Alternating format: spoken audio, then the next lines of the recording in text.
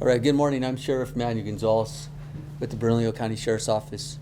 We're here to have the opening day of our memorial wall that was really brought about in conversation amongst our staff, knowing that we've lost several staff through the years, and we wanted to make sure that we memorialize them. On July 16th, we faced one of the worst tragedies in the history of New Mexico, and definitely within the sheriff's office. When that happened, we wanted to make sure that when we came back to the sheriff's office, we recognized the people that we cared about, our colleagues we loved, and also recognize and pay homage to not only them but their families. Earlier today, I was able to walk out in the hallway with the families. It was a heavy day for them emotionally. You know, a lot of tears being shed, a lot of memories. I had some conversations with them earlier. They just couldn't come. They didn't want to come to this press conference. It was just too much, way too much on them during the holidays. You know, during the holidays, you know, that's when we spend time with family, friends, and they've lost those that are the closest to them. So it's hard for them to fill that void. The only thing we could do, although it's a plaque, it may be recognition. I'm receiving acknowledgement. We were just at a game the other day for these fallen heroes. I received information from the Police Hall of Fame Museum.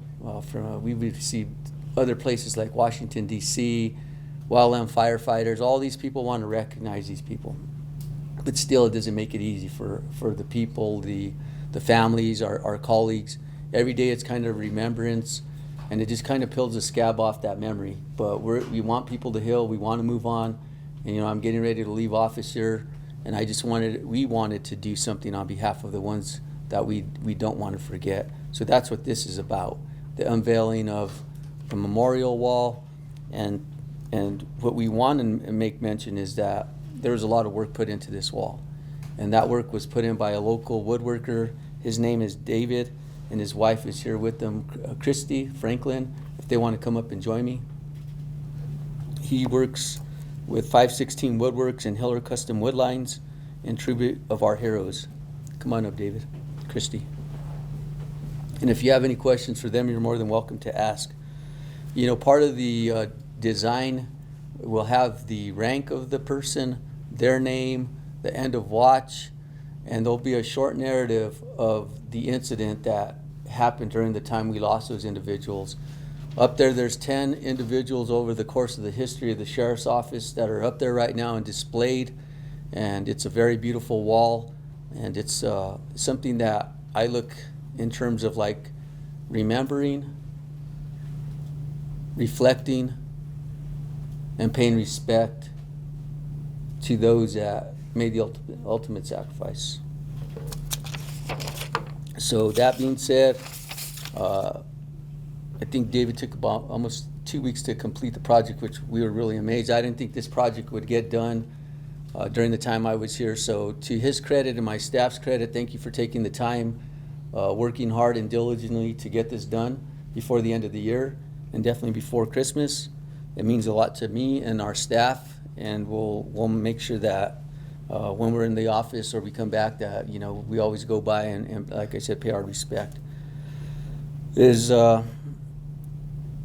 wall has a big black flag with a blue line, and that is symbolic of when things are very chaotic. That blue line represents the people that are willing to keep peace, and those are the people that are doing the job every day and keeping peace in this community. And I think the wall was well done, well thought of, and again, it's something that needed to be done. And again, we reached out to some of those families, but I just think it's too hard for them to come down and kind of remember those type of things. But we, again, out of respect for them. That being said, do you have any questions? And David, do you want to talk a little bit about the wall? I can. Sure. Come on up. So my name is David. I own 516 Woodworks. I did this wall out of a remembrance of those who made the ultimate sacrifice. Like Sheriff said, there's a black flag with the blue line representing those in law enforcement.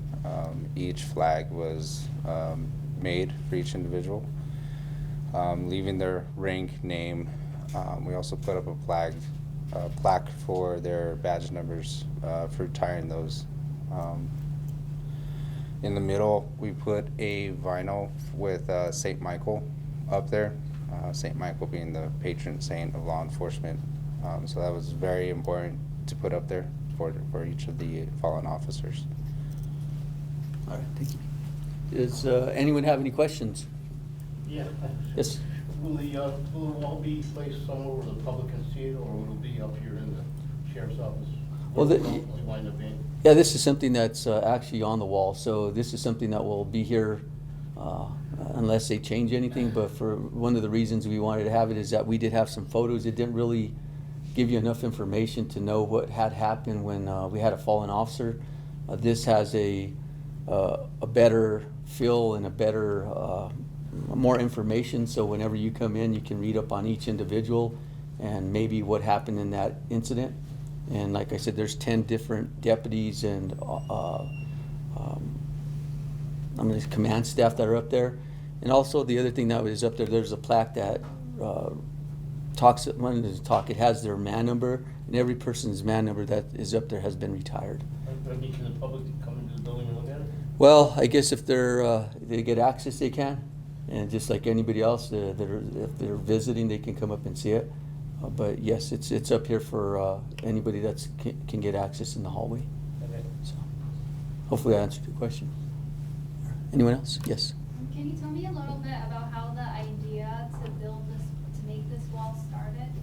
Well, you know, we're receiving a lot of things from Washington. They have a wall over there. There's a Police Hall of Fame. They have some place that the family can go. I mean, those are a long ways away from Albuquerque.